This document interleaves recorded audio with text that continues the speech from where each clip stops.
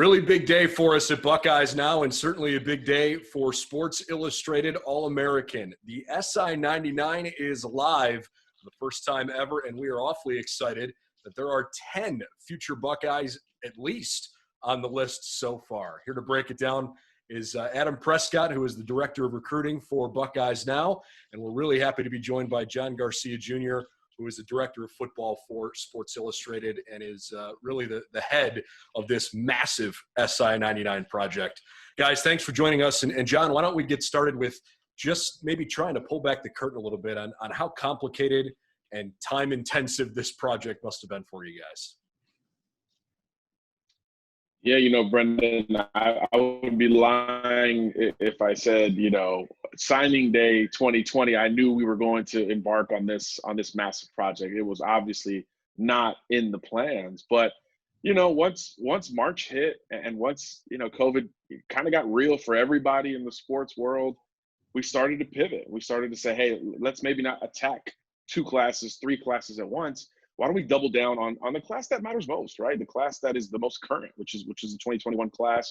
So we had a lot of extra time to dig into the tape that matters most, right? There was no off season. There were no sort of recruiting distractions, as I call it, falling in love with a prospect at a basketball game or a camp or off of a 40 time, a shuttle time. There's so many ways to sort of create the benefit of the doubt that we wanted to sort of go old school and double down on that Friday night tape, largely from 2019. So that's what we did. And it just sort of grew from there, and it became this project of 1,000 evaluations. We wanted to try to do something that hadn't been done before publicly. There are scouting services that do what we do, but it's very expensive, not so much free. So we wanted to make it public and try to be as transparent as possible. So naturally, once we scaled out so wide, we wanted to scale it back in and refocus on the elite group, because that really was the core of what SI All-American was supposed to be when we launched in December. So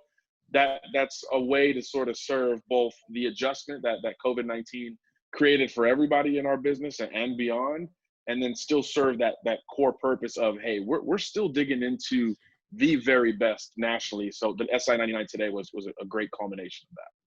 Well, we're awfully excited to see how it all shook out, and obviously there are a number of Ohio State commits that are part of this list, but one of them is in the top 5, and it's probably not a big surprise. Jack Sawyer, for a long time now, has been on people's radars. He is definitely not the kind of guy that sneaks up on you, both off the field or on the field. He's a pretty impressive specimen. What jumped off the page to you guys most when you had a chance to sort of evaluate Sawyer's tape? Sawyer is one of these guys that was in the conversation for number 1.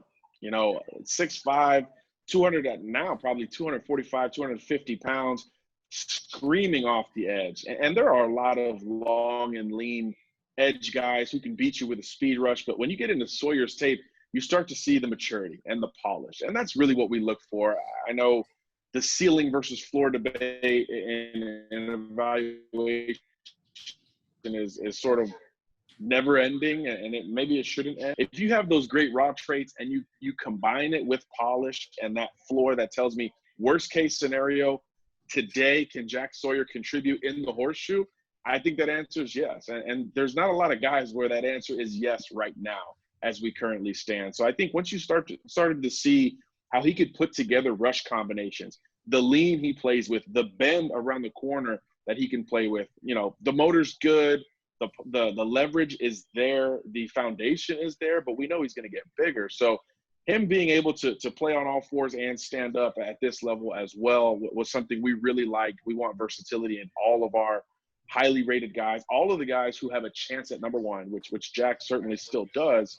We wanted to see something more than one-dimensional. You had to bring multiple elite traits to the table. And when you talk about him as a pure pass rusher or a guy who has the foundation and potential to be a true 3-down edge setter, now all of a sudden our ears are perked up and we're all in. And there's really not much to not love about Jack Sawyer. And that's why he's right there firmly in the top 5. And like I said, absolutely in the running for number 1.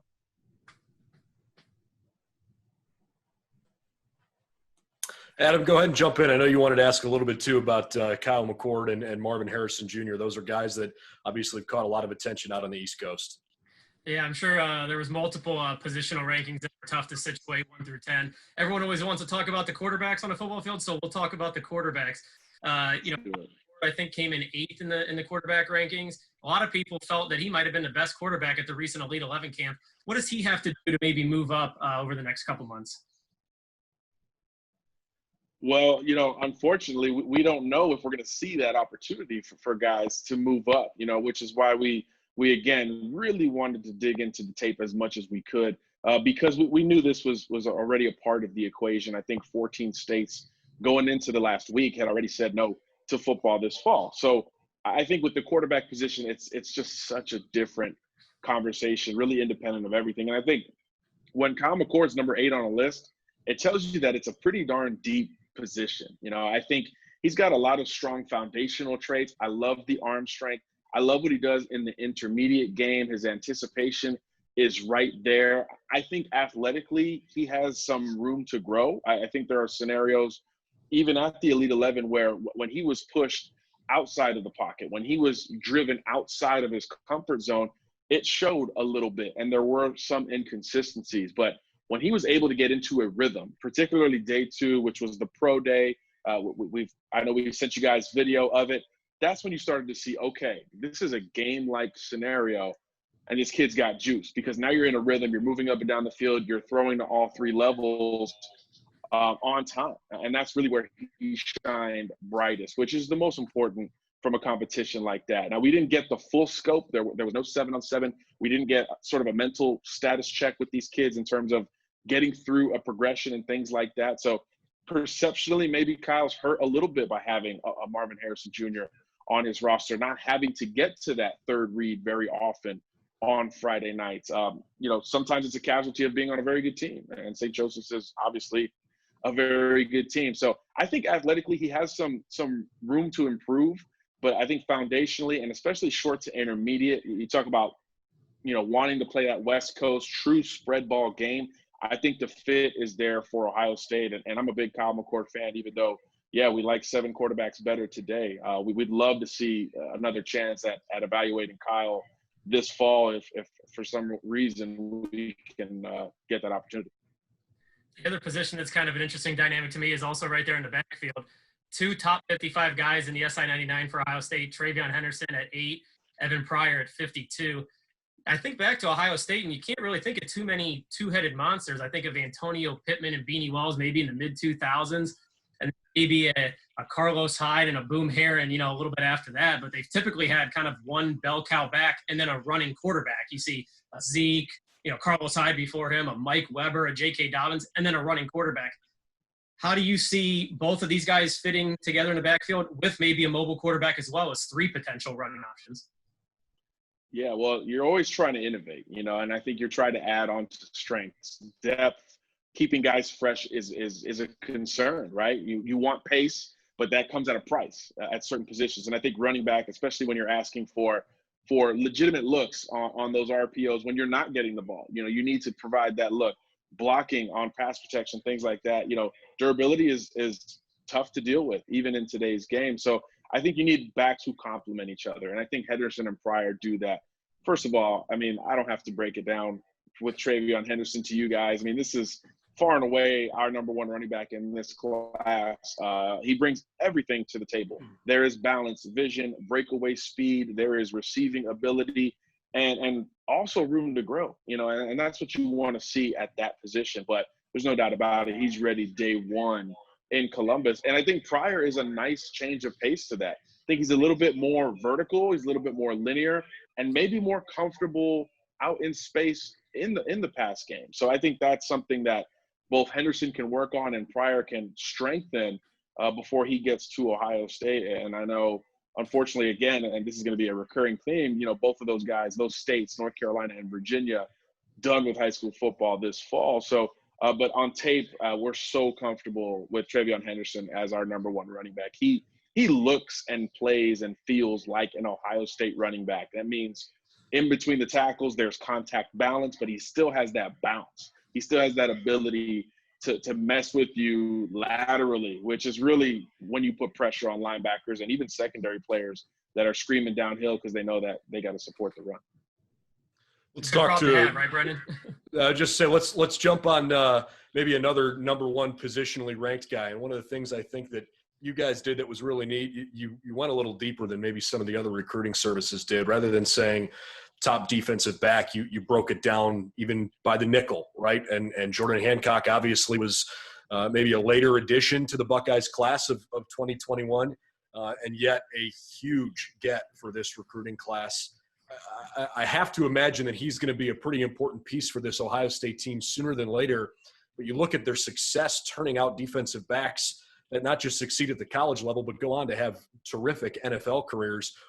Who do you see maybe Jordan Hancock comparing to if you look at some of those recent guys in the last 5-6 years that have gone on to be early NFL draft picks?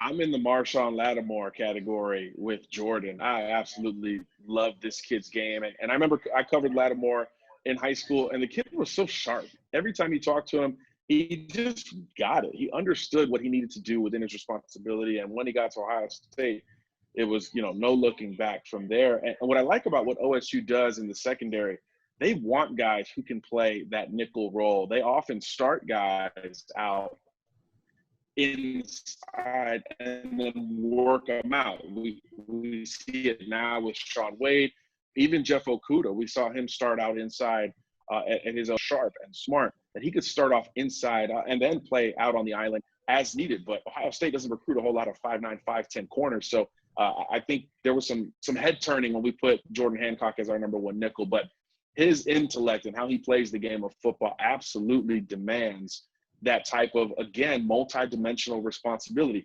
Can he run and cover the best of the best in the Atlanta area? Yeah, he can. But he can also support the run and aid your underneath coverages and make up for maybe, a linebacker who's a step off, a safety who's not quite comfortable underneath. Those are the nickel traits we want. True 3-down guys. They've replaced the outside linebacker position. So that means you got to do it against the run, but you also got to be able to run and cover these more dynamic slot receivers. So combating a two-way go is something that it takes a lot of and it takes a lot of intellect as well. And I think Hancock's that perfect blend of athleticism, yet, restraint given his responsibility on a particular play. Last question here I want to kind of pose to both of you, and it's more about the uncommitted guys on this list. Nearly a quarter of that SI 99 is still up in the air on where they're going to play college football. And obviously this is such a challenging part right now of the recruiting process because of all the challenges that COVID has brought us. So of the guys that are not committed but on the SI 99, John, let's start with you. Who do you think has the best chance of that group and maybe even more than one guy to land in Columbus? I mean, start right at the top. The top uncommitted prospect right now is JT Tuimoloau. There's a lot of Ohio State chatter with him. He's a Pacific Northwest kid. They've been able to sort of dip and dive out that way like all great programs do. Just signed G. Scott from that area 1 year ago. And there's a lot of sort of FSP buzz there with JT. That's the 7-on-7 team that dominates up that way. So I'm really curious to see if Ohio State can pull that one because he's a reserved kid. He doesn't give anything away. I mean, I talked to him for 20 minutes last summer, and all he wanted to talk to me about was academics. So he's a different type of kid. You're not going to see him posting his offers and stuff like that. But Ohio State can play that game, and I think JT would be an absolute home run addition. And another guy out that way, Emeka Egbuka is another one we hear a lot of Ohio State chatter about. So landing either one of those guys would go a long way towards securing the top class in the country. And, no secrets here. That's our next step here at SI All-American. And the Buckeyes are obviously going to be right at, if not, running away with that top spot once we dig into that element in September. So adding either one of those guys would just be really tough to combat. OSU is the only school in double digits on the 99 right now. So any additions are frankly scary.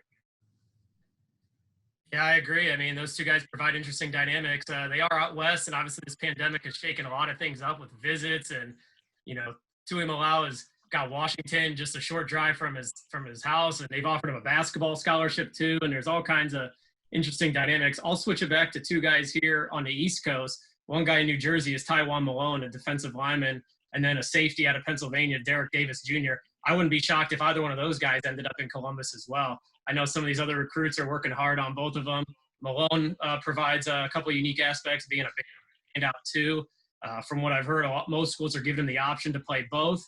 With football being moved to the spring, or potentially another wrench thrown into the equation. But as we've seen Ohio State, add a lot of firepower on the defensive line. If they don't get JT, Trayvon Malone is certainly I wouldn't even call him a consolation prize or whatnot. And then Derek Davis Jr., one of the top safeties in the country. As we said, we know what Ohio State's done with defensive backs. You just compared Jordan Hancock to Marshawn Lattimore. We might as well just throw him in the New Orleans Saints secondary right now. I think that every former Buckeye right now playing in a backfield for him. But I think Trayvon Malone and Derek Davis Jr. are prime candidates to end up in Columbus.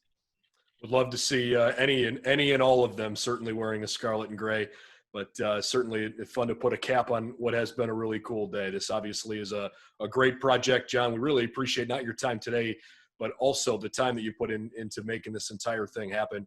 I know there's a lot of schools across the country that are benefiting from your work, and we're glad to have you for a little bit. Thank you very much. Always a pleasure, guys. Thanks for having me. Thanks, John.